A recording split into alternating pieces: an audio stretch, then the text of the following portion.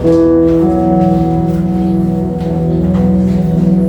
naming Diyos na makapangyarihan sa lahat, pinupuri ka namin, pinasasalamatan o Lord.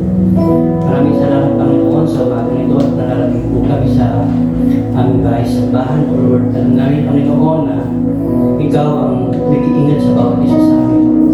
Nawa Panginoon, ang mga kapatirang karating sa Panginoon ay makarating po dito upang makarinig po ng iyong salita o Lord. Kayo po ang gumagabay sa amin Panginoon sa bawat araw. Panginoon, salamat din po sa buhay ng mga kakanta at tutugtog o Lord. Bless niyo po sila o Lord. At kayo po makikita Panginoon sa bawat awit at tutugtog Panginoon o Lord. Ganun din Panginoon sa aming pastor na ahayag ng iyong salita o Lord. Na namin Panginoon ay ikaw po ang bibigay ka kalinawan sa kanya o Lord. At maramdaman namin Panginoon ang iyong salita at may sa buhay po ng bawat isa o Lord. Salamat kay Panginoon sa buhay po ng mga usher Panginoon, sa mga workers. Kayo po ang gumabay po sa kanila Panginoon sa bawat araw ng buhay o Lord. At ganun Panginoon ang mga kabataan o Lord, Sunday school, ang mga youth. Kayo po ang mamuna Panginoon sa bawat puso nila o Lord. Maitanim po sa kanila ang salita ng Diyos at makatulong din po sila dito sa aming simbahan o Lord. Maraming salamat po Lord sa iyo po. Binabalik na papuri pa sa salamat. In the name of Jesus. Amen.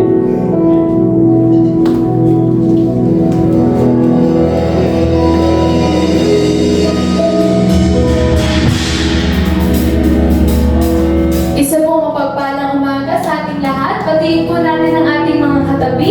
Isang malamig na umaga sa iyo, kapatid. Ayan. Alam ko po, nilalamig tayong lahat. Pero huwag po kayong mag-alala. Paiinitin natin ang bulwagang ito with the presence of God.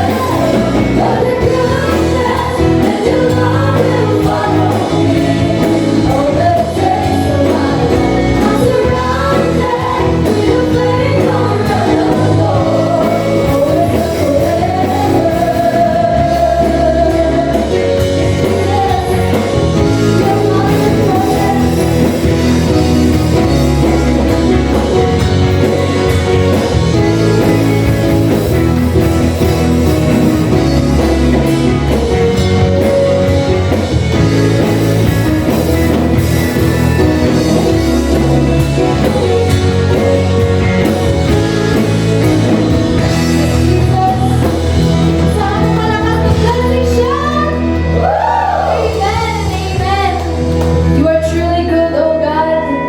We acknowledge your presence in this place. Today is a day of Thanksgiving. Patuloy po natin papurihan at sambahin ang ating Panginoon, is Jesus. Alam niyo po, this world, hindi po tayo masasatisfy sa mga pwedeng maibigay ng mundo.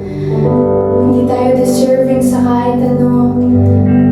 Pero because of the goodness of God, binigay niya sa atin ang eternal life. And yun palang, grabe Lord, grabe ang pagmamahal mo sa amin. We don't deserve it, but you are so, so good, oh God. And in all our lives, you have been faithful. Yes, Jesus. Yes, Lord, we thank you, oh God. We thank you, Jesus. This moment of silence, let's take this time to thank God sa lahat ng mga nangyari, sa lahat ng mga ginawa niya sa buhay niya. Lord, thank you. Lord, thank you.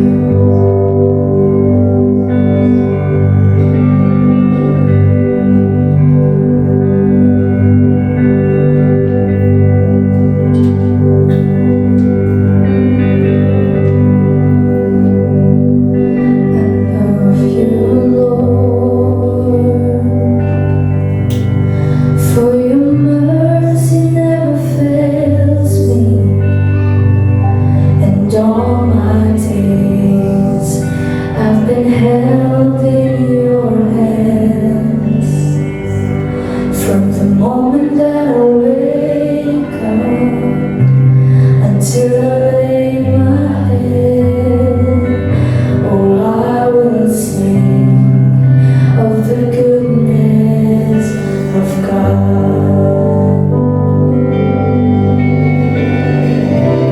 And all my life you have been faithful. And all my life you have been so, so good. With every breath that I am able, oh, I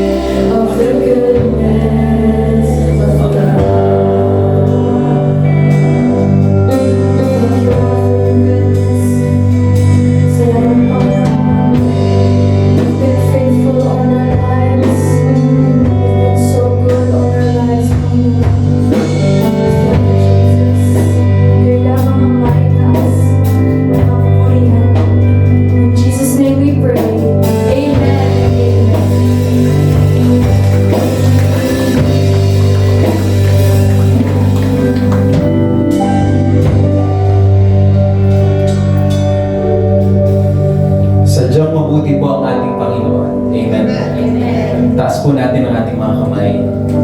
Ang ating pong pagtaas ng kamay ay pagpapakita ng pagtitiwala sa ating Panginoon at sa Kanyang kakayahan sa ating mga buhay. The Bible says, lift up holy hands in one accord. As we assemble together, as we recognize the reign of Yahweh, our God, we lift our hands, recognizing that we are under His control, under His leadership, under His governance, and without Him, we are nothing.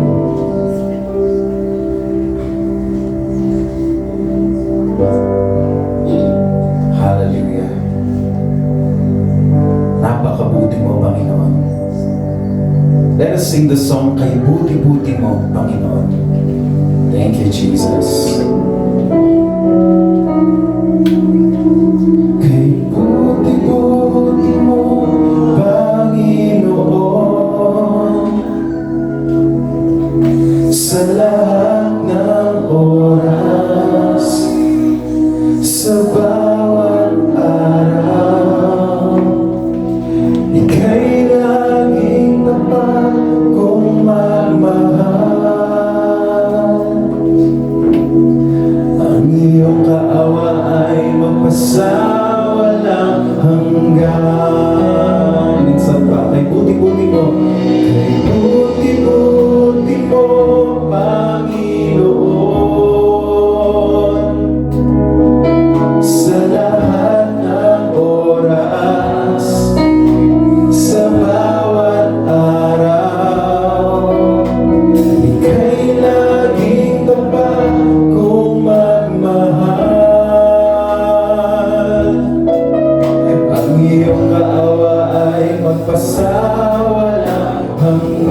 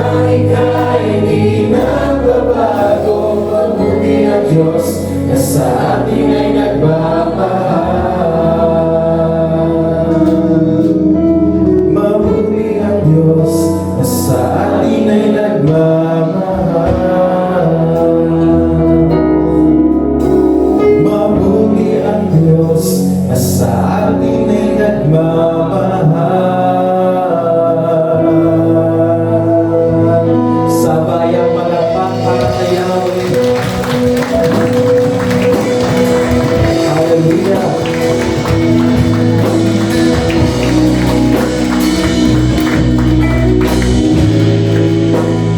Purihin ng Diyos. Itaas po natin ang ating mga kanang kamay. At sabay-sabay po nating bigkasin ang mga katagang ito, ang salita ng Diyos. Nagliligtas. Ang salita ng Diyos. Nagpapagaling ng sakit at karamdaman. Ang salita ng Diyos. Nag-aayos ng buhay.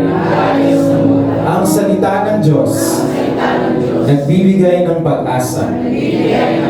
At ang salita ng Diyos. Nagpapala. Sabay-sabay po nating sabihin, today, I receive the blessings in the Word. Ulitin po natin, today, I receive the blessings in the Word. In Jesus' name, Amen and Amen. Palakpakan po natin ang ating Panginoon. Allow me to read to you these verses taken from the book of Matthew, chapter 28, verses 18 to 20. And the Word of God says, Then Jesus came to them and said, All authority in heaven and on earth has been given to me. Therefore go and make disciples of all nations, baptizing them in the name of the Father and of the Son and of the Holy Spirit, and teaching them to obey everything I have commanded you.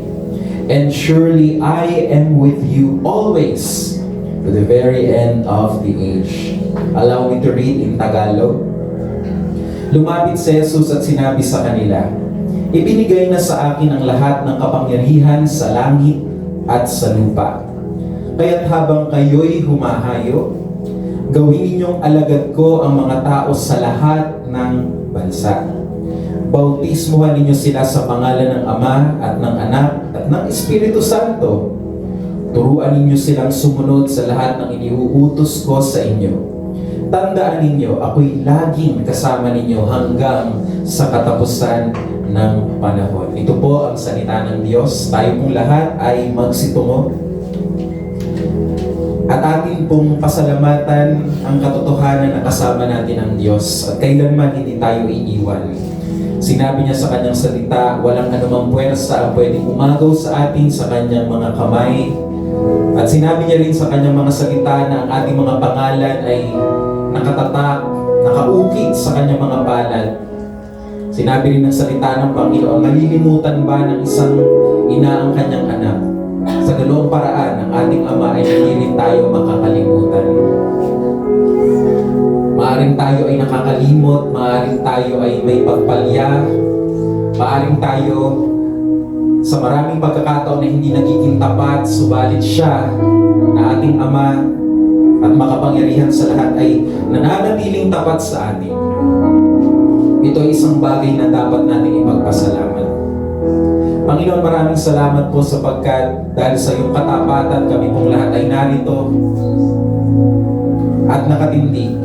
Salamat dahil hindi mo kami binibitawan, Panginoon, at patuloy mo kami inaakay, papalapit ng papalapit sa iyong mga kalooban, Panginoon. Salamat dahil nariyan ang Espiritu mo upang magsilbing gabay at paalaala sa aming lahat, lalo na sa mga araw na kami pong lahat ay nakakalimot, Panginoon. Dalangin po namin na sa umagang ito ay mangusap kayo sa bawat isa na narito. Mangusap kayo sa bawat individual na narito, Panginoon. Kanya-kanya kami ng pangangailangan, kanya-kanya kami ng mga sitwasyon. Iba't iba ang aming mga alalahanin, subalit alam po namin ang iyong mga salita ay kaya mong iangkop sa aming mga kinalalagyan, Panginoon. Kaya Ama, alam namin mangungusap ka sa pamamagitan ng iyong Espiritu sa isang personal na paraan ngayong umaga, Panginoon. At uuwi kami na may panibagong pananaw, mas malawak na pananaw kaysa sa dati, Panginoon, at makikita namin ang tunay na layon mo ngayong taon. Salamat po, Panginoon, at amin pong inihahandog sa inyo ang gawain ito. Ito ay para sa inyo lamang at para sa inyong kapurihan at kaluwalhatian. Salamat po, Panginoon, sa iyo lahat ng papuri at pasasalamat. Binabalik po namin ng maingat na maingat ito sa inyo. Sa pangalan ni Jesus, ang lahat po ng mga anak ng Diyos ay magsabi ng Amen at Amen. Bigyan nga po natin ang Panginoon ng isang malakas,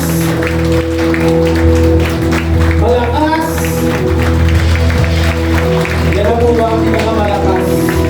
Malakas at nakakalimling palakpak para sa Kanya. Habang sumisgaw po tayo, ng Hallelujah! Praise the Lord! Sige po, palakpak ang mga kamay sa buhay at tuloy ng Diyos. Amen. Amen and Amen. Bago po tayo maupo, kamayan natin ang 5 katabi. Sabihin natin sa Kanya, rooted in Christ ka pa ba, kapatid? Praise the Lord. At sabihin mo sa Kanya, I am rooted in Christ. Deeply rooted. Thank you, God. Thank you, Jesus. Pwede na po tayong maupo, brothers and sisters. Purihin ang Panginoon. Medyo malamig po ang panahon. Talagang ang sarap lang minsang matulog. Ano po? Praise God.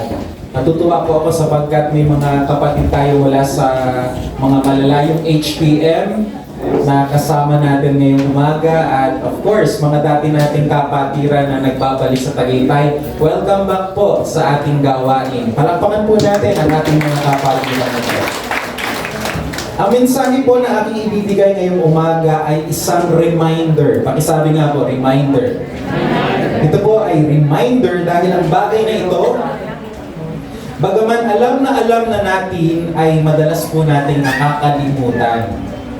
Di ho ba, meron pong kasabihan, ang paalalay gamot sa isang taong, kaya ito pong mensahe na ito ay para sa mga nagiging huli sa mga bagay na nais ng Panginoon sa ating mga buhay. At ito pong reminder na ito ay kaugnay pa rin sa ating tema ngayong taon na rooted in Christ. At ito pong message na ito ay talagang malapit sa aking puso sapagkat ito ay kaugnay sa ating identity o pagkakilanlan bilang isang community. Noong simulan natin ang ministry ito 21 years ago, tagal na ng ating church, no? Nagsimula tayo sa isang pamilya. At ang pamilyang ito ay nakahikayat ng iba pang mga pamilya hanggang sa ang mga pamilyang ito ay nakahikayat pa rin ng iba't ibang mga pamilya at nagsanga-sanga na. At eto na tayo ngayon. Tumingin kayo sa paligid, iba't ibang pamilya at nagkala tayo sa iba't ibang mga barangay. Naniniwala po ako, I am convinced, na ang primary calling po ng ating church is to bless families. Sabihin nga po natin, bless families. Maaaring may mga churches na talagang ang gift nila ay sa campus. Maaaring may mga churches na ang gift nila ay sa mga young professionals. Ngunit naniniwala po ako na ang special calling ng Panginoon for this ministry is to bless, to evangelize, to reach families for Christ. Kaya muli ang ating pong message na ito, bagaman alam na natin na isang reminder, at ito po ay aking pinamagatang, ang pamilyang rooted in Christ. Pamilya pong yan ay nagbabakasyon ngayon. Hindi mag-alala, safe naman, okay lang na gamitin ang kanilang picture. At marami pa kayong mga picture na makikita mamaya, okay? Bago ko po ipaliwanag sa inyo ang konseptong ito, ay nais ko pa yung tanungin. Kapag pumasok sa inyo ang salitang church, anong larawan ang nasabi sa isip niyo? Marahil kapag church ang pag-uusapan, ang mga larawang ito ang sumasabi sa isip ninyo. Siguro naiisip nyo agad kapag sinabing church, isang katedral, kagaya nito. Maaaring nasagi din sa isip ninyo isang parokya, na gusali, kagaya nito. Maaaring mas maliit dyan, isang kapilya. O di naman kaya pag sinabing church, agad-agad mga ganitong bagay ang nasagi sa isip ninyo, kagaya ng gusaling ito. Isang relihiyon. Bagaman maganda ang mga gusaling ipinakita ko sa inyo, hindi po natin pwedeng sabihin ng tahasan na ang gusaling panrelihiyon ang tunay na church o simbahan. Dahil ang simbahan, sa tunay na diwa nito ay walang iba kundi ang pamilya ng Diyos. It is the family of God. Ang church ay nagmula sa salitang Kyriake Oikia, na ang original na kahulugan ay angkan ng Diyos. So the church is not really the building. The church is the family of God. Ikaw at ako na bayan ng Diyos, ang tunay na simbahan. At kahit nasa labas tayo ng isang gusali, nagpe-prayer meeting sa ilalim ng puno ng kamatis o puno ng ampalaya, naandoon ang church kahit walang building. Amen? Dahil ang church nga, kagaya ng ginagawa nating pag-aaral ngayon, ay ang pamilya ng Diyos. Kung nasaan tayo, naroon ang simbahan. Kaya hindi po natin pwedeng ikulong ang konsepto ng simbahan sa mga nagtitipon sa loob ng isang gusali lamang. Ang totoo, sa history o kasaysayan ng church, mas madalas magtipon ang mga Kristiyano hindi po sa loob ng isang katedral o kapilya, kundi sa loob ng isang lugar na malapit sa konsepto ng pamilya. Ano po ang lugar na ito? Bahay. Sabihin nga po natin, bahay. Noong unang panahon, ang simbahan ay madalas na nasa loob ng bahay. Kaya maaari nating tawagin ang mga bahay noon na simbahay o simbahan sa loob ng bahay. Tingnan po natin ang sinasabi ng history patungkol sa mga simbahay ng araw. Una, walang simbahan o gusaling sambahan, katedral o pook na dalanginan ng mga Kristiyano noong unang panahon. Ang unang 700 taon ng Kristyanismo ay walang building. Sipin niyo yun. The first 700 years ng church, hindi nila naisip, magtayo kaya tayo ng isang katedral. Hindi po yun sumagi sa kanilang isip, sapagkat malinaw sa kanila kung ano ba talaga ang kahulugan ng church. The church is us. Tumigay sa katabi, ikaw ang simbahan. Tayo ang simbahan. Hindi ko po sinasabi na mali na magkaroon ng katedral. Hindi ko po sinasabi na mali na magkaroon ng isang building. Kailangan yan. Pero wag naman po sanang mangibabaw yung pananaw na, ay ayun ang church namin, yung building na yun, yung may karatula. No, the church is us, the people of God. Kaya ang mga Christians nung araw, dahil matindi ang persecution, okay lang sa kanila na walang building. Because as long as, we are together, sa kanilang pananaw, we are the church. Pangalawa, sabi po ng history, for the first 3 centuries of its existence, the church met mainly in, saan daw? Kung the first 300 years ng Christianity, madalas silang nagpapangipangita bilang mga mananampalataya sa loob ng isang bahay. Taas nga po may mga bahay dito, taas ang kamay. Lahat tayo may bahay, no? Siyempre, galing tayo kanina sa ating bahay. At yung pinanggalingan mo kaninang umaga ay isa daw simbahan, isang lugar ng pagsamba. Number 3, history tells us that the New Testament shows that the first century households function as congregating centers for the followers of Jesus. Doon daw sila nagko-congregate, doon daw sila nag-a-assemble sa loob ng bahay. Alam niyo po, sa mga bansa na kung saan ay matindi ang persecution ngayon, ito man ay sa China, ito man ay sa Indonesia, ito man ay sa Vietnam nung araw, lalo na nung matindi ang communism doon, ito man ay sa Iran, wala pong mga malalaking gusaling sambahay o sambahan. Sila po ay nagpapangipangita sa kung anong meron sila. Walang iba kundi ang bahay. Nangyayari nung araw, hanggang ngayon sa ating panahon, nangyayari pa rin. Kaya malinaw po na mula sa history na ang simbahan noong unang siglo ay talagang nasa loob ng bahay. Sabihin nga po natin, bahay. In short, dinisenyo ng Diyos ang tahanan na maging isang simbahan. Okay? Uulitin ko po, dinisenyo ng Diyos ang tahanan na maging isang simbahan. Hindi lang yan lugar para manood tayo ng Netflix. Hindi lang yan lugar para kumain tayo ng samgyupsal. Hindi lamang yan lugar para magpahinga tayo. Naniniwala po ako tayong lahat ay pinagkalooban ng Diyos ng tahanan ng isang bahay upang ito ay maging isang simbahay. Sabihin nga po natin, simbahay. Pastor, yun namang mga pinagsasasabi mo ay sa history.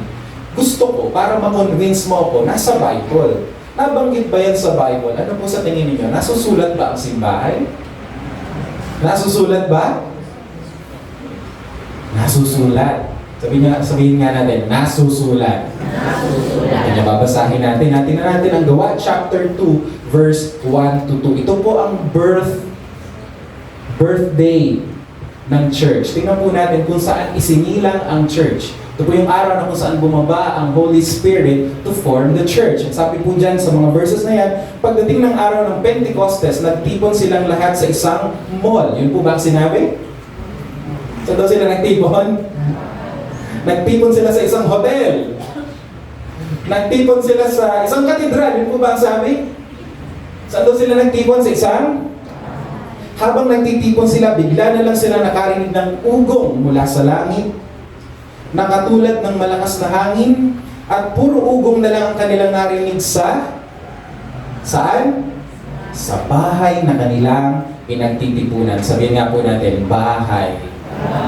Gawa chapter 2 verse 46. Ang sabi doon, araw-araw nagtitipon sila sa kita mo na, pastor, may templo noon. By the way, nakikigamit lang sila that time sa templo ng mga Hudyo. Pero hindi lang po sila sa templo nagpapangipangita. Sabi dyan, at naghati-hati ng tinapay sa kanilang saan sila nagpumili yun? Sa loob ng bahay. Ito pa, another verse. Gawa 20, verse 20.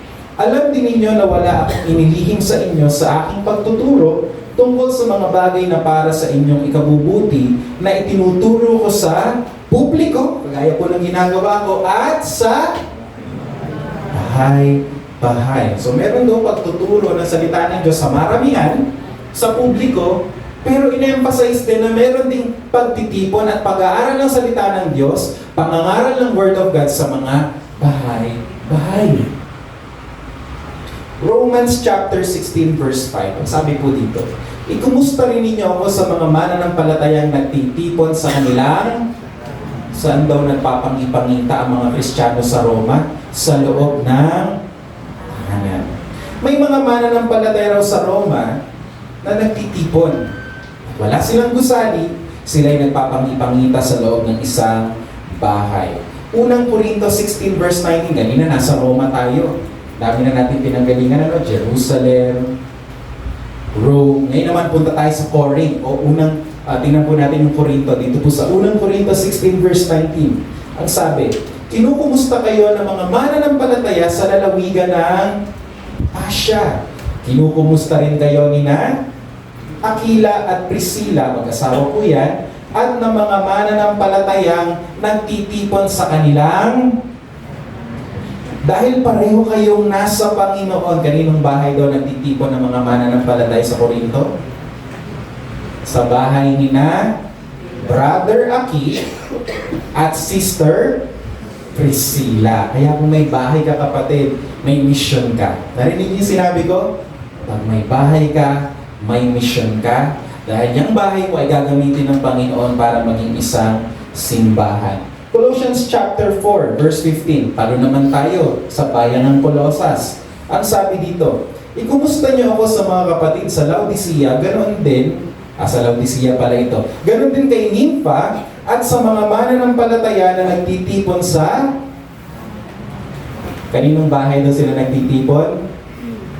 Sa bahay ni Sister Nympha. Dito naman tayo. Philemon chapter 1, verse 2. Ang sabi dito, kasama si Apphia na ating kapatid, si Archippus na kapwa natin sundalo ni Kristo, at ang mga mananampalatayang nagtitipon sa iyong tahanan sa pagsamba sa Diyos. Kaninong bahay daw ang ginagamit para magkaroon ng pagsamba? Bahay ni Nino?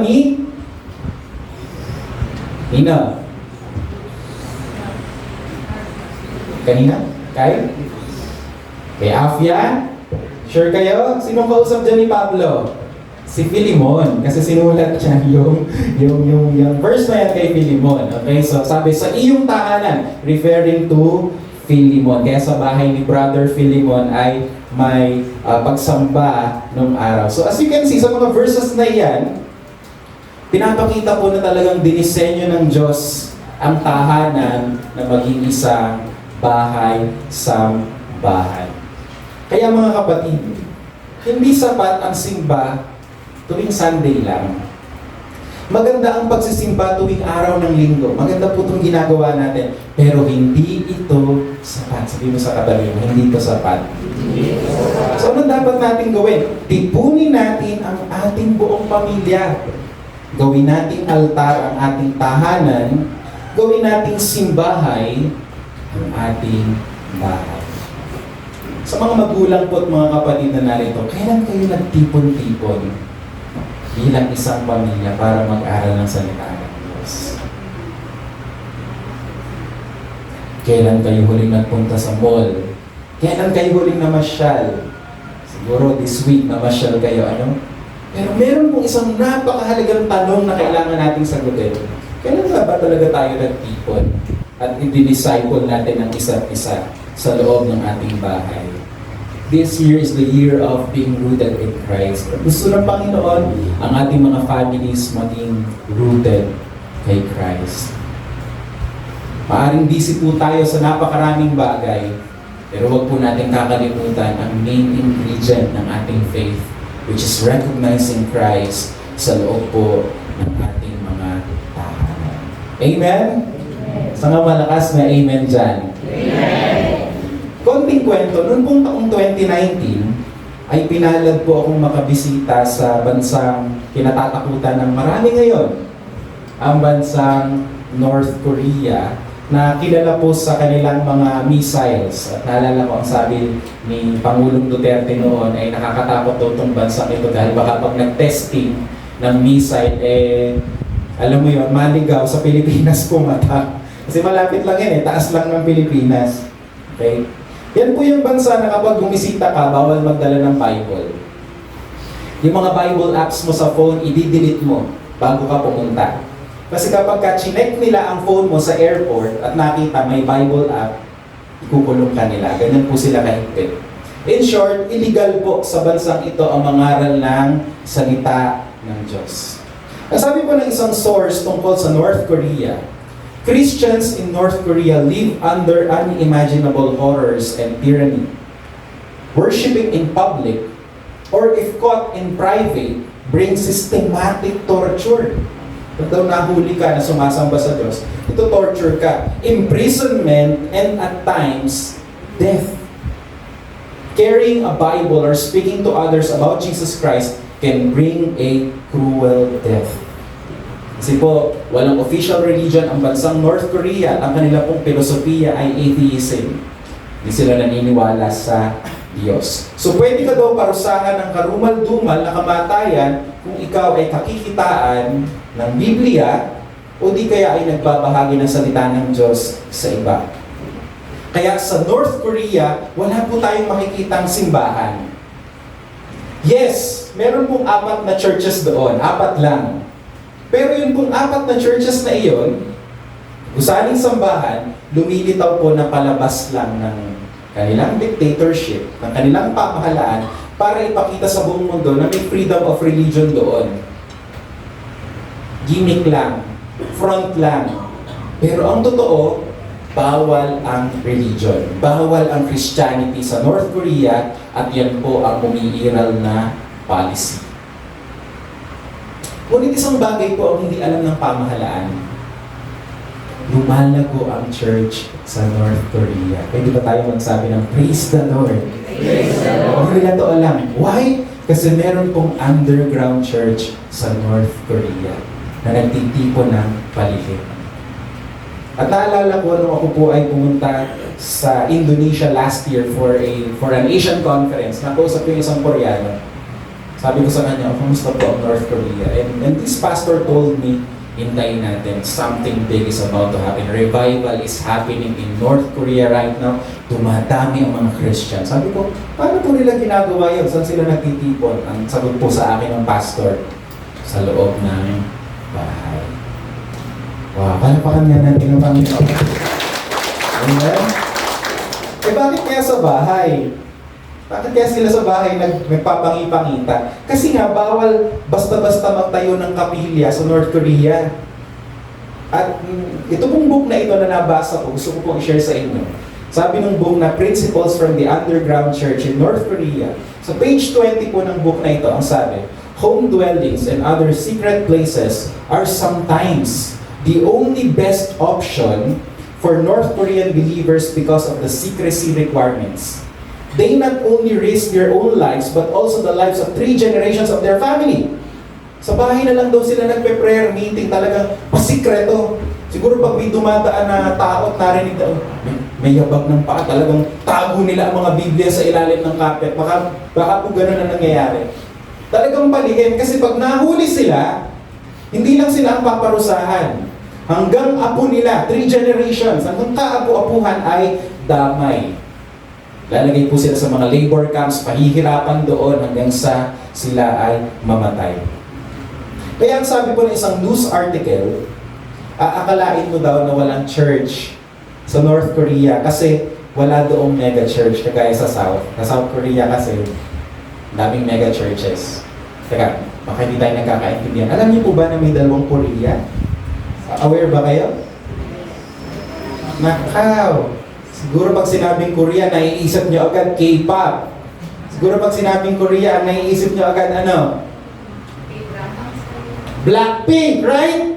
Yun agad ang naiisip ninyo. Yun yung Korea na alam natin, pero meron pa pong isang Korea, yung komunista. Yun po ang tinutukoy ko dito. Gusto ko lang pong ma-sure na we're on the same page, okay? Ito po yung Korea na walang internet. Ito po yung Korea na bawal ang religion. Ito yung Korea na under a dictatorship. At yung kanilang leader, malaking mama, si Kim Jong-un. Okay? Yun, kung napanood niyo po yung crash landing, yun po ang kwento, yung sa North Korea. Okay, going back. So ang sabi po ng isang news article, akalain mo daw na walang church sa North Korea kasi wala doong mega church at wala doong mga pastor. Wala daw pastor sa North Korea, hindi ka mukha sa South Korea na may freedom of religion. Pero ang totoo, kahit walang pastor, kahit walang mega church, sabi ko nga kanina, dumadami ang mga Kristiyano kasi nasa loob sila ng bahay. Doon sila nagtitipon.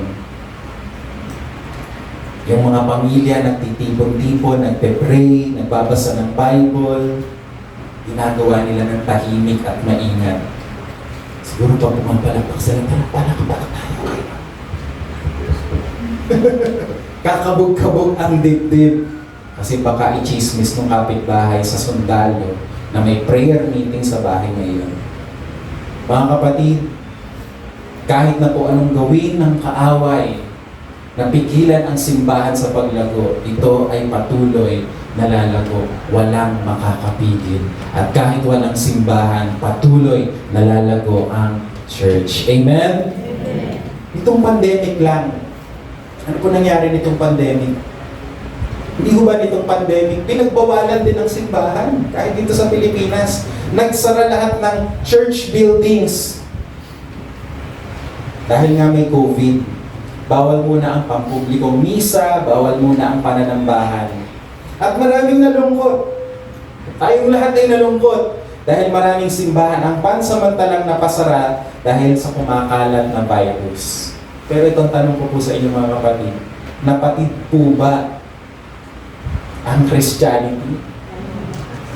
O lalo pa itong lumakas?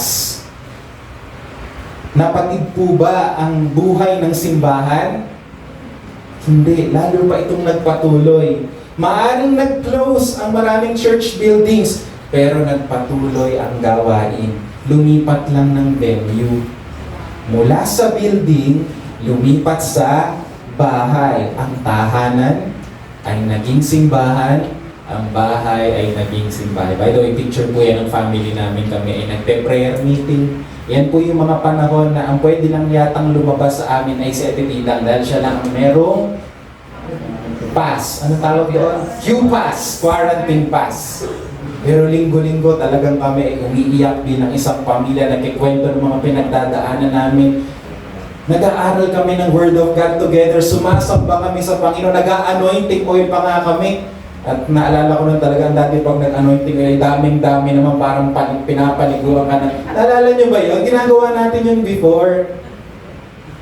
Nakakalungkot ang COVID-19 pandemic, pero meron din tong magandang bagay na naibalik, ang simbahay. Kaya lang habang, napansin ko habang lumalakad ng panahon, nalilimutan na naman natin ang diwa ng simbahay kasi convenient na ulit. Sabi ko sa kapatid, sa katabi mo, reminder kapatid. Ibalik natin ang pinakamahalaga. Amen? So ano pong pinapakita sa atin ng kwento ng North Korea at ng kwento ng pandemic? Pinapakita nito sa ating mga kapatid na ang disenyo ng Diyos sa tahanan ay maging isang simbahan. Kaya muli ang tanong ko sa lahat ng narito, kamusta ang bahay ninyo? Kalpitin nyo nga inyong katabi, kamusta ang bahay ninyo?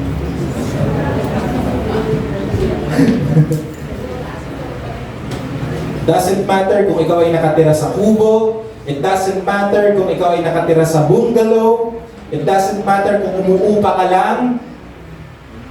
Ang mahalaga mga kapatid, si Kristo ang sentro ng tahanan ninyo. Amen. Palakpakan po natin ang Panginoon. At si Jesus po ay may bilin sa atin bago po siya bumalik sa langit after His resurrection. Ito po ang kanyang last will and testament. Kailangan po ma-internalize natin. Sabi ni Jesus sa Matthew 28 verses 18 to 20, all authority in heaven and on earth has been given to me. Therefore, go and make disciples of all nations, baptizing them in the name of the Father and of the Son and of the Holy Spirit, and teaching them to obey everything I have commanded you, and surely I am with you always to the very end of the age. Tinatawag daw tayo ng Diyos to go and make disciples of all nations. Sabihin nga natin, nations. Pag-aralan po natin sandali yung word na nations. Ang salitang nations ay nagmula sa salitang ethnos, na ang ibig sabihin ay tribes o mga tribo. Ang tanong kapatid, sino ba ang katribo mo? Sino ba ang pinakamalapit mong katribo? Pastor, sabi dyan disciple all nations. Tara sa Tara ika sa China. Tara sa Iraq. Naniniwala po ako, yes, ginagamit ng Panginoon yung intercultural nations. Pero mga kapatid, hindi po natin kailangan lumayo. Dito lang sa atin, nandiyan ang pinakamalapit nating katribo. At ang pinakamalapit nating katribo ay ang ating pamilya. Sila ang kadugo mo, sila ang kalahi mo. At ibig ng Diyos na ang katribo mo at ang tribo mo sa loob ng iyong bahay ay iyong nadedisipulo. Saan malakas na amen. Amen. Kadalasan po mas gusto nating idisipulo ang ibang tao kaysa sa pamilya natin. At walang masamang idisipulo ang iba. Listen to this. Kadalasan po mas gusto nating idisipulo yung iba, pero yung pamilya natin hindi natin nadidisciple. Kadalasan mas nadadala natin yung ibang tao kay Lord, pero ang pamilya natin hindi. Walang masamang magdala ng ibang tao kay Lord. At hindi ko sinasabing masama yun. Pero ito po ang priority. Ang pamilya natin. Amen. In fact, may tagubilin po ang Diyos sa mga nagnanais mamuno sa iglesia. Sabi po sa unang Timoteo, chapter 3, verse 4 to 5, ito po yung bilin ng Panginoon sa mga church leaders. Sabi niya dito, maganda ba ang pamamahala niya sa kanyang bahay? Sinusunod ba siya at ginagalang ng kanyang mga anak? Kung hindi siya marunong mamahala sa sariling pamamahay, paano niya mapapahalagahan ang sambahayan ng Diyos? Nakita niyo po yung order of priority sa verses na ito? Alin po ang top priority as far as ministry is concerned and as far as this verse is concerned? Bahay o ministry sa church? Dito po pinapakita, bahay muna. Hindi ko po sinasabi huwag tayong humayo, pero ang una daw na maging focus natin, yung ating family, yung ating asawa, yung ating mga anak. Ang top one sa list ng priorities ng isang Christian ay ang kanyang bahay, ang kanyang pamilya. Kasi kapag nadidisipulo mo ng buong husay ang iyong pamilya, susunod na lang ang ministry. Amen. Okay, pastor. Convinced na ako na dapat yung tahanan maging simbahan. Pastor, paano naman kami? 2 lang kami sa bahay.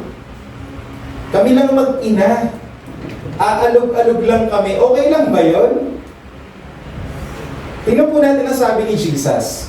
Sabi ni Jesus sa Matthew 18 verse 20, part pa rin po ito ng Great Commission. Ano sabi ni Jesus? Sapagkat kung saan may 2 o 3 nagkakatipon sa aking pangalan ay naroon akong kasama nila. Ilan daw po ang requirement para mabuo ang isang church? 30,000? 50,000? 12? 1,000? Sabi po ni Jesus, 2 o 3. Kaya kahit dadalwa kayo, kayo lang mag-ina sa bahay, mag-prayer meeting na kayo. God is with you. Amen. Pakanya natin ang Panginoon. 2 lang daw, sapat na. Wala po yan sa dami at hindi po natin kailangan magmadali na dumami. Amen. Sabi po ni Des Morgan, sabi niya, may isang picture ka naman, no? So when is a church a church? By the way, yung pong picture na yan, panahon pa rin ng pandemic, anniversary celebration. Nakita niyo sa likod, yung pamilyang to, gumawa pa ng, ano ba yan, kartolina. May logo ng Blessings, Happy Anniversary. Astig. Nakakamiss din, ano? So when is a church a church? Pretty simple really. When 2 or 3 are gathered in the name of Jesus and He is enjoying fellowship with them. Pastor, pwede ba talaga kaming maging church sa bahay? Di ba kapag sinabing church, dapat may pastor? Di ba, pastor, kapag sinabing church, dapat may worker na nag-aral ng theology para maging simbahan ng isang bahay? Kung kami isimbahan, sino pong tatayong pastor? Sino magiging pari sa bahay namin? Tingnan po natin kung anong natuklasan ni Dr. Amos Yong sa kanyang pag-aaral ng New Testament. Ito po ang kanyang commentary. Sabi niya, in these home church scenarios, the lines between families and churches are blurred. Husbands are likened to priests of the home, and the family is structured like a church. Sobrang loaded po ng commentary na ito. Ang daming mapupulot dyan ng mga gintong aral, kaya isa-isahin natin. Una, binanggit po sa commentary na ito na families and churches are blurred. Ibig sabihin, sa isip ng Diyos, ang pamilya at simbahan ay walang pinagkaiba. Ang pamilya ay simbahan, at ang simbahan ay pamilya. Narinig yung sinabi ko? Sabay-sabay nga natin sabihin, ang pamilya ay simbahan, ang simbahan ay pamilya. Pangalawa, binanggit dyan sa commentary na husbands are likened to priests of the home. Ang mga asawang lalaki daw, ang pastor o pari ng bahay. Kaya kung may katabi kang tatay ngayon o asawang lalaki, pakisabi mo sa kanya, magbabait. Ikaw ay pastor. Ay, sige, ulitin niyo. Kung may katabi kayong asawang lalaki o tatay, pakisabi sa kanya, ikaw pala ay pastor. Pastor ka pala. Ang dami nating pastor dito. Pastor Caleb. Pastor Pat. Sino ba mga pastor? Dami dito Pastor Neil. Si Pastor Jing. Si Pastor Rodel. Pastor June, si Pastor, what's his name? Pastor Lai, Bishop Ronnie, Amen. Sa pag-aaral po ng theologian na ito, sa pag-aaral niya ng New Testament, na-discover niya ang tinatawag ng Panginoon na maging pastor sa bahay ay ang mga tatay. Hindi po yung nanay ang pastora ng bahay. Alam ko minsan ang mga nanay magaling talagang mag-preach. Amen?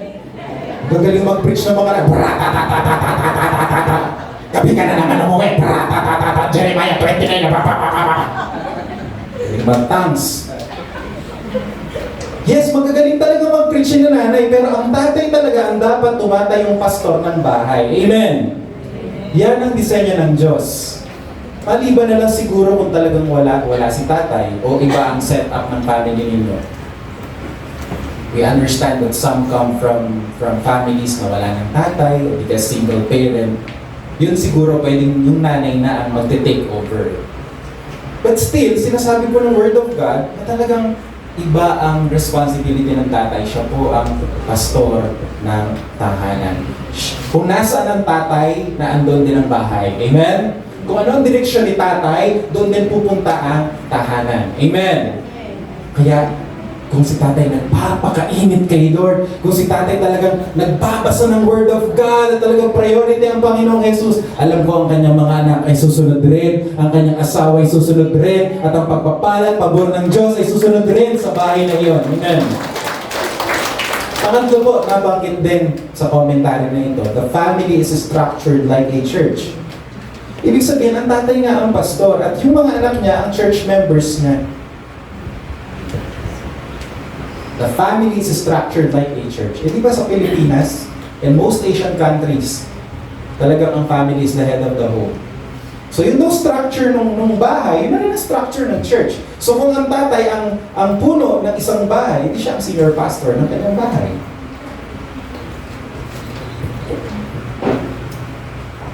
But there's more. Hindi lang actually yung mga anak ang church members ng tatay.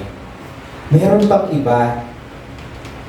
Pag-aralan natin yung word na family sa New Testament. Kapag po sinabing family, anong pumapasok sa isip niyo? Family. Siguro pag sinabing family, ang pumapasok agad sa isip niyo, tatay, nanay, anak. Tapos. Kung naandyan si lolo, kasali. Tapos. Pero alam niyo sa New Testament, malawak pala ang kahulugan ng word na family. Kasi sa New Testament, ang ginamit po na word ay hindi familia. Ang ginamit po na word ay oikos, for family. Ano po ba ang kahulugan ng word na oikos? Tingnan po natin ang sabi ni Dr. Amos Yong. By the way, si Amos Yong po ay professor ko sa seminary. Ang sabi po niya, the New Testament uses the term oikos, household, for Christian households instead of the Latin familia or family. Ibig sabihin, lahat ng tao sa loob ng bahay ninyo, kaduguman ninyo o hindi ay bahagi ng inyong pamilya at bahagi ng inyong munting church. O sino-sino ito? Kasali din pala yung mga kasambahay natin. Kasali si Yaya. Kung may mga boarders kayo, kasali sila. Mga empleyado. And later on, habang lumalagaw ninyong ministry, pati kapitbahay ninyo ay kasali sa inyong oikos, sa inyong pamilya. Amen. Sila ay kapamilya ninyo as far as the Christian faith is concerned. O sino-sino ang members ng church sa bahay? Si tatay, si nanay, si ate, si kuya, si bunso, si yaya, pati yung mga tropa mong lumayas at nakikisleep over, part din sila ng inyong church. Tanungin mo yung katabi, sino ang sentro ng bahay natin?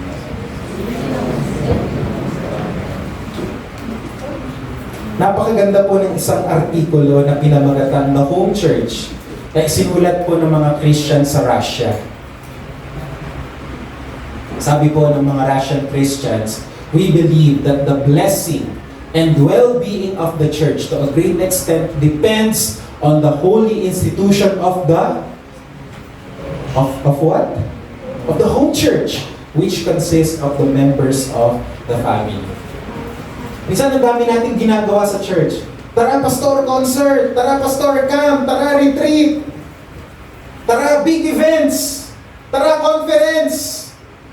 Maganda yan.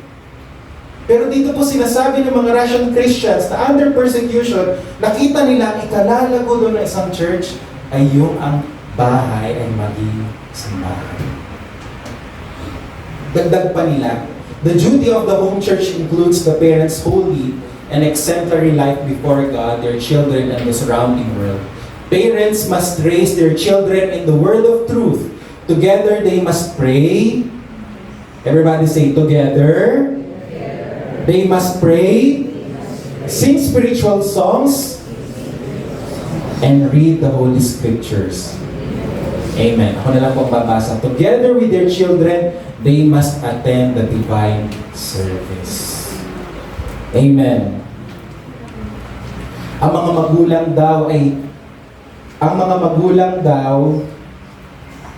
ay may katulong sa pagpapatakbo ng isang simbahay. Kung ang mga magulang ang senior pastors ng isang bahay, ang kanilang mga anak, ang kanilang mga assistant pastors and workers. Sa loob ng simbahay, sila'y nananalangin, sumasamba, nag-aaral ng Word of God, naglalaan sila ng oras for the Lord. So ano pong makikita natin dito mga kapatid? Hindi po kailangang iasa sa isang pastor, sa isang bishop, sa isang pari, sa isang worker, ang pagpapatakbo ng isang simbahay. Kayo mismo bilang isang pamilya ang magpapatakbo ng inyong gawain. Amen. Amen. Sabi po ng isang evangelist, ito po, Africa naman ito. Sabi niya, if people do not go to church, let us bring the church where the people are. Nasa ba mga tao? Nasa bahay. Maaaring may mga mahal tayo sa buhay na mahirap yayain sa church. Nasa bahay sila. Magsimbahay tayo, mag-prayer meeting tayo. Pastor, paano ba simulan ang simbahay? May format ba na gagamitin? Preach ko na po ito before, itong part na ito. Wala naman pong format, pero maganda masunod natin yung example na ibinigay sa Book of Acts chapter 2. Doon po sa chapter 2 ng Book of Acts, makikita natin ang sangkap o 4 na sangkap ng simbahan. Number 1, kailangan po ang simbahay mayroong kerigma o pag-aaral ng salita ng Diyos. Pangalawa, meron itong liturhiya na kasali po sa konseptong yan ang prayer, Holy Communion, praise, worship, and others. Kailangan din po nariyan ang diakonia, yung pagbabahagi ng kakayanan o paglilingkod. Kaya ang ginagawa po natin sa mga home prayer meetings, niro-rotate yung responsibilities. O next week, ikaw ang opening prayer. Next week, siya naman. O next week, ikaw magpapakanta gamit ang YouTube. Next week, ikaw naman. O this week, si Kuya ang nag-lead ng Bible study. Next week, si Ate naman. Diakonia, pagbabahagi ng kakayanan o paglilingkod. And number 4, ito lagi natin ginagawa, pagsasama-sama at sabayang pagkain. At yan ang favorite natin. Now, kung ayaw nyo pong sundin itong format na ito, meron po tayong suggested format na naka-upload pa rin po sa ating Facebook. Ayan po. Nakapin po yan. Hanapin nyo lang sa Facebook page natin. Download ninyo. Pwede nyo po yan gamitin. Amen. Kayo po ba'y na-bless ngayong umaga? Amen. Bilang pagkatapos, ganito po ang ating gawin. Kung kasama ninyo ang inyong pamilya, magtipon-tipon po kayo, kasama nyo ang inyong asawa. Sige, just sit together, kung nasa dulo si ate, yayain nyo sandali, and for 2 minutes, share natin sa ating kapamilya, ano kayong magandang gawin sa loob ng ating bahay? Ano yung mga pinaplano natin na gagawin natin simula ngayong taon? Sige po. Go! Kung kayo naman ay nag-iisa ngayon, na absent si tatay, si nanay, nag-iisa ka, Makitabi ka na lang sa wala din kasama. Ayan, kagaya ni Brother Patrick at saka ni Brother Gerald. Kayo na lang, okay. Share your thoughts, your insights. Ano yung resolutions ninyo? Ano kaya yung reflections? Ano yung pwede natin gawin?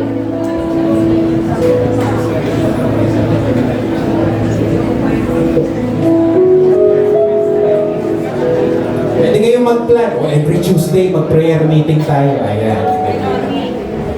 Or every night.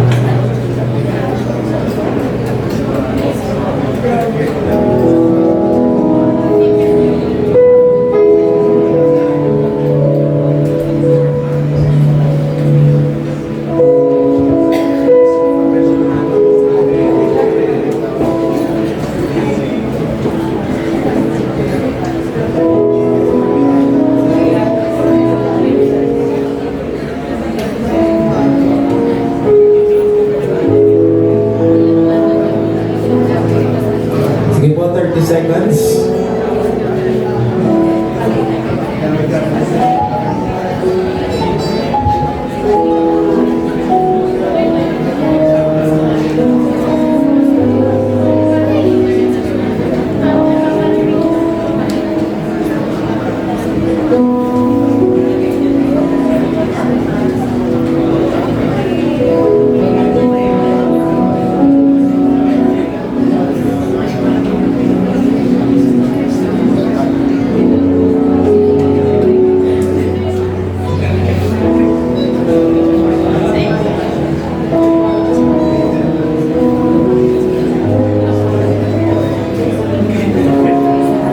Praise God. Alam ko po, naging makabuluhan ang ating pag-uusap. And so God, we receive all these things to you in Jesus' name. Amen. Amen. Nais po natin ipag-pray lahat ng tatay. Kung meron pong mga tatay dito, asawang lalaki, tayo po kayo, mga asawang lalaki. Heads of the family. Patatawagin ko po si Pastor Nestor to just say a word of blessing sa mga tatay na ito.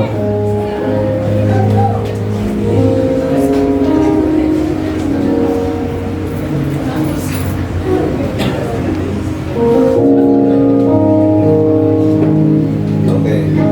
So, wala pa ng pastor talaga tayo. Extend po natin yung mga kamay natin sa mga tatay. Hallelujah. Amang mapagmahal, salamat po sa mga tatay na narito sa umaga ito. At naniniwala po ako na sa iyo ay walang aksidente. Ito'y inilalaga mo na mahayag. At matala mula sa araw na ito ang gawain o responsibilidad ng mga tatay sa kanilang tahanan to assume the role of a priest. At sila po Panginoon mula sa iyo, ikaw ang sentro ng tahanan mula sa iyo. Ikaw ang order ay sa iyo, Panginoon Jesus Christ, Father, mothers, and children. So Lord, nalig po ako Panginoon sa struktura. Ito yung kakaloob mo para aming maging panuntunan sa araw na ito na mga katatayan mga tatay ay maging role model o sila ang magiging pangunahing sa paglapit sa iyo at pag-aakay sa kanilang pamilya mapalapit sa iyo. Kaya Lord, pagpapala ko yung pagkaloob mo sa kanila. May your divine protection be upon them. Pagkaloob ko ang karunungan, ang kaalaman, at paglalim ng ugnayan sa iyo. Lord, hinihingi ko rin po, Panginoon, na ang iyong banal na espiritu na sumasabi ay magturo sa kanila na maging ibayo o maging lubha pa ang pagdanais nila mapalapit sa iyo. At kayo magbigay ng kalakasan sa kanila na tumayo bilang iyong itinakda na mga pari o priest sa kanilang mga tahanan. Sa iyong papuri sa pangalan ng Jesus. Amen. Pwede na po tumayo mga tatay. Ngayon naman po mga nanay, just a quick prayer po for all the moms and single moms that are here. At mga asawang babae, tayo po kayo and I will ask Mami Melanie to say a short prayer for them. Praise God. Extend our hands. Okay, purihin natin ang Panginoon. Thank you, Jesus. Hallelujah. Ama namin Diyos, ikaw po ay Diyos na banal, maaasahan, malalapitan.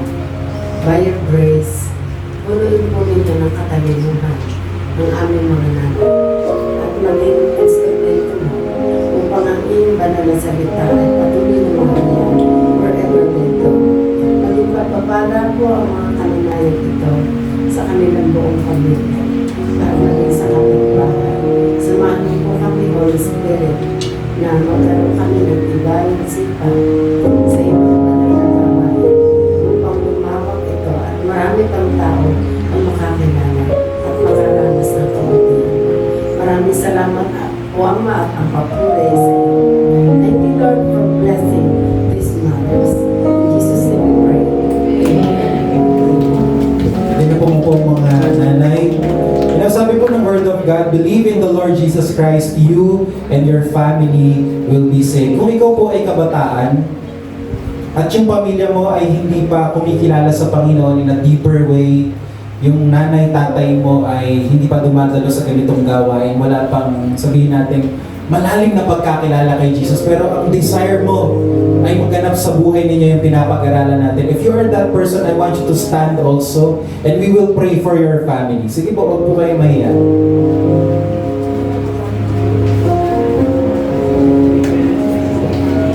Maaaring ikaw ay estudyante, ikaw pa lang yung exposed sa ganitong gawain. I want you to stand and we will also pray for you.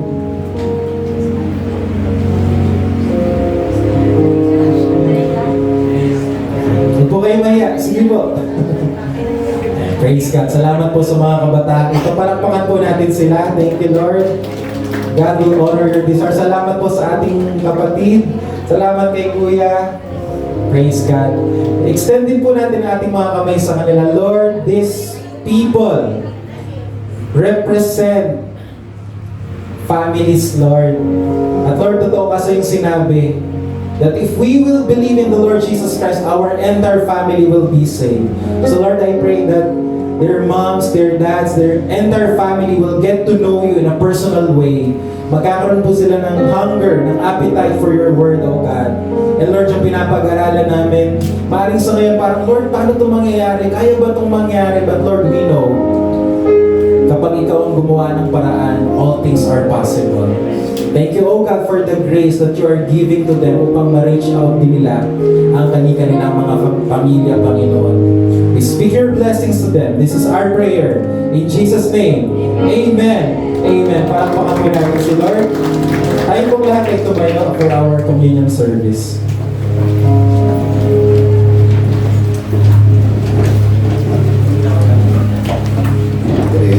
Ihanda na po natin ang ating tangan na communion elements, ang tinapay at inumin.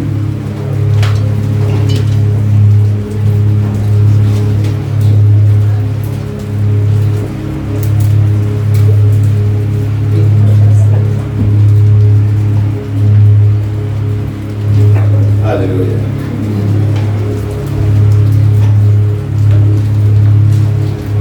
Ang ginagawa po nating hapat ng Panginoon ay atin pong binabalikan o sinasaludan natin o nagabalikan na sa tinapos na gawa ng ating Panginoong Kristo. Mahigit ng 2,000 taon na nalipas. So, ginawa ho ito ng ating Panginoong Kristo noong gabi na siya ay traitorate. Ang mga disipulo mo ay nag-iipon noon sa tinatawag na place o what we call upper room na kung saan ho ay they are about to celebrate the Passover feast. Pinhong kagiliwang nila yung kung paano naligtas ang mga panganay na anak ng mga Israelita sa nagdumating yung angel of death. Natatandaan nyo doon bago ko pinayagan ng Paraon na sila ay lumisan sa kanilang bansa at makaalis sa pag-alipin. Ayun po ang kahuli-hulihan na naganap na ang angel of death ay nadating at lahat ng mga panganay hayop pa ay mamamatay. Pero ang mga Israelita dahil sa sila ay sinabihan ng Panginoon through Moses na kumuha ng tupa na walang dungis at kanilang papatayin at ang dugo ay ilalagay sa doorpost at bintana ng mga tahanan nila so that when the angel of death will come, magpapasobel o liligtahan sila at hindi maliligtas sa kamatayan. Ito is celebrate noong night before o noong gabi bago try tuloy ng Panginoon. They are about to celebrate that feast. Binabalikan nila yan. So bihandaan, no? And pati natin Panginoong sa Kristo, kumuha siya ng pinapay, itinaas sa Panginoon at ipinagpasalamat. At pagkatapos, kanyang pinagpira-piraso at ibinigay sa mga disipulo. At kanyang sinabi, ito ang aking katawan na ipagkakataw sa inyo. Tanggapin ito't kanin bilang pag-alaala sa akin. Remember this na ito po ay naganap. Naganap na po itong pagbabayad sana sa akin. Sabi ng salita ng Diyos sa Isaiah 53 verse 5 at 1 Peter 2:24, nasugatan ng ating Panginoon ng kanyang katawan para hindi na tayo magdusa ng sakit sa buhay. Kinuha na niya ang mga problema natin. So though we have problems sometimes, pero ina-allow po yan ng Diyos, but God has provided us a way out para may solusyon. Manalig lang tayo. Ginawa na niya ang sakit na dapat sana. Hinako na niya ang parusa na dapat sana ay parusa para sa atin. Amen. Tanggapin po natin ang tinapay. Nasisiguro na kanyang katawan ng sugatan.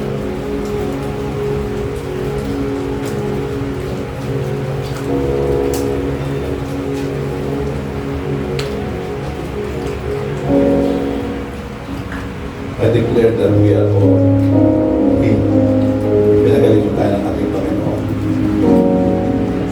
Ang inimon po ay pagkatapos po na tanggapin nila yung tinapay, kumuha ng inumin ng ating Panginoon. At sinabi niya, ito ay ang bagong kasunduan. Inumin na kisimbolo ng kanyang dugo ay sinabi niya na ito ay simbolo ng bagong kasunduan. Tanggapin ninyo ito at inumin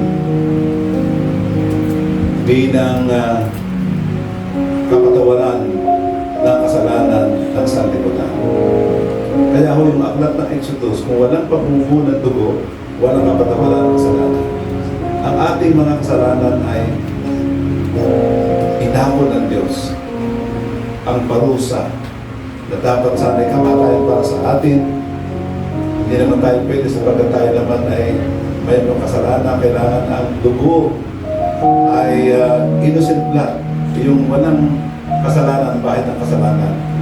At yan po ang pag-ibig ng Diyos. Siya mismo kumako nito. Ibinigay ang kanyang buktong na anak na si Jesus, pumatay para sa atin. Sa gayon tayo ay magkaroon ng bagong buhay. Malipat tayo mula sa kingdom of darkness to the kingdom of light.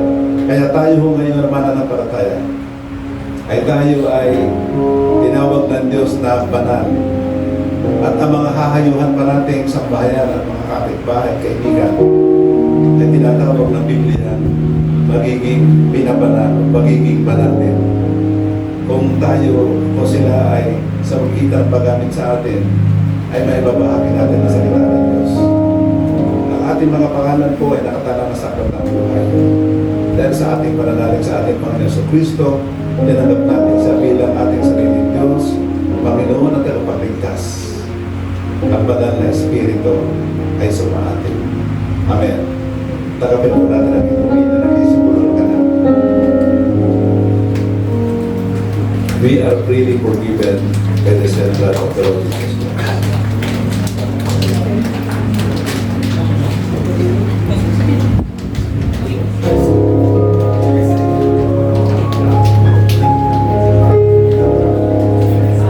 Amen po rin ng Panginoon. Tunay na napakaganda po yung message natin, no? Na tayo po ay, dapat po ay magkaroon na ng simbahan. Sabihin po na nga po natin sa ating mga sarili. Sabihin niyo po yung kamay natin sa ating mga puso. Sabihin po natin, ako ay may simbahan. Anak ako ng Diyos. Kasama ko ang Panginoon. Okay. So, sa bilang na 3 po, sabay-sabay po nating sambitin yung ating pagpapasya. 1, 2, 3. Kami ay nagpasya. Kami ay nagpasyang magmahalan bilang magkakapatid. Ang isa ay para sa lahat, ang lahat ay para sa isa. Ang lakas ng isa ay lakas ng lahat. Ang kahinaan ng isa ay kahinaan ng lahat. Kami ay nagpasyang magtulungan sa hirap at ginhawa. Ang bawat isa ay utan namin ng lakas. Kami ay nagpasyang sama-samang lumago bilang mga anak ng Diyos. Sa pangalan ni Jesus, Amen. So, makakaupo na po ang lahat. Mayroon po tayong bagong kasama. Mangyari tumayo lamang po at ito po yung pangalan na ibinigay sa akin. Siya po ay si Carlos Alheri. Nandito po ba siya? Tayo na po. So, very special po, no? Na talaga po kayo ang napili ni Lord, no? Na makasama namin. So, tatay, kayo po ang pastor ng tahanan, no? So, extend po natin yung ating kamay kay Kuya at ating pong ipag-pray. Yes, Lord. Hallelujah. Pinupuri ka po namin at pinasasalamatan na tunay nga po yung aming si Tatay Carlos ay nakasama namin sa oras na ito. Tunay nga po yung salita mo na ngayon ay narinig niya. Lord, ito ay the greatest regalo mo sa kanya.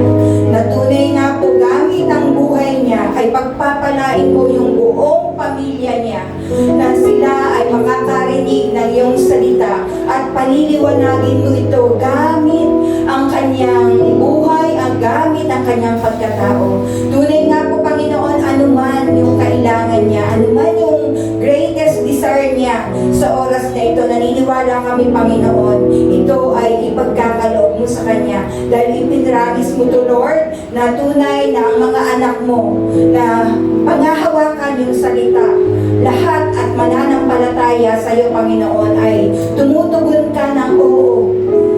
Ipagkakaloob mo sa kanila kanila ano man yung hiningi niya. At naniniwala kami sa oras na ito nga po ay natanggap na ni Kuya Carlos. Lord, thank you sa buhay niya. Hindi lamang po sa oras na ito namin siya makakasama, sa mga susunod pa makakasama namin siya. Thank you, Lord, sa iyong pagpili sa kanya. Salamat, Ama, sa pangalan ni Jesus. Amen. So makakabuo na po. So huwag po natin kakalimutan mamaya na kamustahin natin siya, no? Para po maramdaman niya na talagang party po siya ng ating pamilya. Okay po, tuloy na po tayo para po sa ating mga announcement. So meron po tayo Sunday School for Kids. So yung mga anak po natin, patuloy po natin i-encourage na sila po ay mag-join sa Sunday School. Kapag meron po tayo dito, sila naman po ay mayroon ding gawain na nakabukod. So the art of preaching, ito po ay may gawain po tayo every Tuesday. So ito po ay nagsisimula ng 5:30 p.m. onwards. At ang ating topic ngayon ay the art of preaching. Ine-encourage po natin yung bawat isa. Since tayo po ay mga simbahay, so kailangan natin po na may kaalaman din tayo para po tayo ay magkaroon ng idea kung paano po tayo makakapagbahagi ng salita ng Diyos sa ating mga pamilya. So every Tuesday po ito. So meron din po tayong weekly youth fellowship. So ang bawat kabataan po, tinalaga na ni Lord na magkaroon po ng gawain every Saturday, 8:30 p.m. So via Zoom po ito. So mga kabataan, join po kayo every Saturday. Next po, so every Sunday po, dalawa po ang ating worship service. Ang isa po ay sa morning, 9 a.m. At mamaya naman po, 7 p.m. Kung hindi po tayo maka-attend ngayong morning, mamaya po ay may pagkakataon pa tayo. Amen. So ito po yung ating pinag-aralan kanina. Praise God. So napakabuti po ni Lord na ito po ay nangyayari sa atin na ngayon sa aming simbahay. So nagpapasalamat po ako doon sa mga core group ng bawat HPM na nagagawa na po nila na magkaroon ng simbahay sa kanilang tahanan. So marami pong nagsasabi na tunay nga po na nahihirapan sila nung umpisa. Pero sabi, wala nga pong imposible sa Panginoon. Ipag-pray po natin na ipag-pray. Ang Panginoon po ay nakikinig. At salamat sa Panginoon, natupad. This coming February 17, meron po tayong missional churches. No, para ito po ay Anabaptist. So ito po ay international. Member po ang Blessing in the Word. So i-encourage po na mag-join po tayo sa February 17. Ang simula po nito ay ano ba to? 8, ba't mali yata? 8 a.m. ba to? 8 a.m. So 8 a.m. So parang full day po activity to. So i-encourage po na mag-join. So kung interesado po tayo, meron po kasi particular amount na babayaran. So makipag-coordinate lang po tayo sa ating opisina, sa opisina po ng Blessing in the Word Community. So that's all po para po sa ating exhortation to give si Sister Debbie.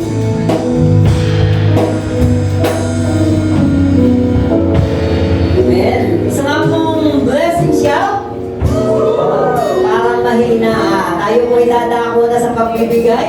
Isa nga pong blessing shout. Ayun. Praise God po rin po, Panginoon. Tunay nga po na sa bawat gawain po, sabi nga po ngayong umaga, napakaganda nung ating pag-aaral. Sabi nga po, magkaroon ng simbahay sa bawat tahanan. At ini-encourage ko din po, hindi lang po Word of God ang ating gagawin sa mga simbahay, kundi pati rin po isama din po natin itong pagbibigay. Katulad po ng ginagawa natin sa church. So meron po akong babasahin. Ang sabi po dito, sa Kawikaan, verse 3, sabi sa verse 9, parangalan mo ang Panginoon sa pamamagitan ng paghahandog sa Kanya ng unang bunga ng iyong ani. Verse 10, kapag ginawa mo ito, mapupuno ng ani ang iyong mga bodega at aapaw ang inumin ng iyong mga sisidlan. Sino nga po yung ba yung ating Diyos na bibigyan? Siya po yung Diyos na nagbigay sa iyo ng trabaho, na nagbigay sa iyo ng pagpapala, maging ang hininga mo galing sa Panginoon. Lahat ng meron tayo, ito ay galing sa Panginoon. Pero nung sabi ng Lord, gusto ng Lord yung ating pagsunod sa Kanya. Kaya sabi ni Lord, parangalan mo siya. Kapag po pala tayo nagbibigay sa Lord, napaparangalan natin siya.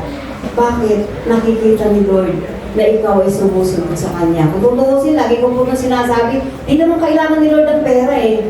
Mayaman ang Diyos natin. Mayaman ho ba ang Diyos natin? Siya nga ang nagbigay ng magagandang trabaho sa atin. Pero sabi nga, bakit hanggang bulsa gusto kang i-test ni Lord? Hanggang laman ng wallet mo, gusto kang i-test ni Lord. Kasi gusto pakita ng Diyos, anak, kaya mo bang ibigay sa akin? Ano po yung sabi din sa Matthew 6:33? Seek first the kingdom of God, and all these things shall be added unto you. Kapag inuna natin ang Panginoon sa mga buhay natin, kayang idagdag ng Diyos lahat ng wala sa atin. At ang sabi dito, kakaibang Diyos natin talaga. Sabi dito, sa pamamagitan na tayo napaparangalan natin, alam niyo po ba, bawat sentimong binibigay mo, hindi kasi si Lord nakatingin. Diyos ibibigay mo, nakatingin si Lord sa puso mo. Yung pagbibigay mo ba, tapos sa puso mo, binibigay mo ba yan dahil Lord, gusto kitang maparangalan. Lord, binibigay ko to kasi lahat ng meron ako ay galing sa'yo. At ano po ang sukli ng Diyos? Sabi po dito, kapag daw po ginawa natin yon, grabe, sabi ng Panginoon, hindi niya tayo pawawalan, pupunuin ang ating mga bawat pangailangan natin. Kayang ibalik ng Diyos yan eh. Sabi ko nga po sa inyo, lagi ko po itong sinasabi, yung pong ginagamit natin kay Lord, kutsara lang. Lord, ito para sa'yo. Pero dahil ang ating Diyos ay malaking Diyos, pala ang ginagamit para ibalik ang pagpapala sa atin. Palakpakan po natin ang ating Panginoon. At sabi ko nga po sa inyo, sa bawat simbahay po na hindi pa po nararanasan itong ganito na pagbibigay, isama po natin sa ating simbahay. Hindi lang Word of God, maging po ang pagbibigay sa gawain ng Panginoon. Hawakan nga po natin ang ating mga kaloob. Hallelujah, thank you Lord. Purihin ka Panginoon. Amang Diyos, salamat po. Napakabuti mo po sa bawat isa sa amin. Kung ano man po meron kami sa pagkakataong ito, yung business, Panginoon, yung mga trabaho, Panginoon, yung buhay namin, O Lord, ito ay galing sa iyo.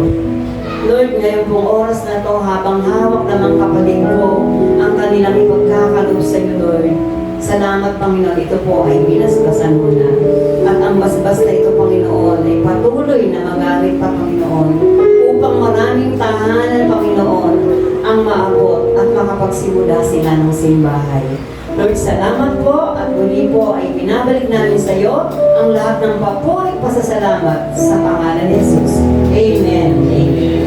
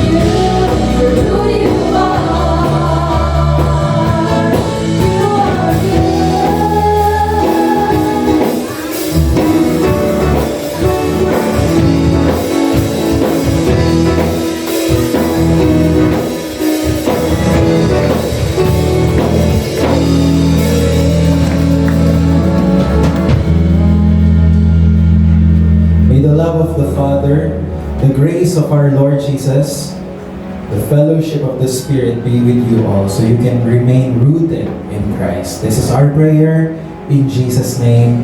Amen and amen. See you next Sunday. God bless you.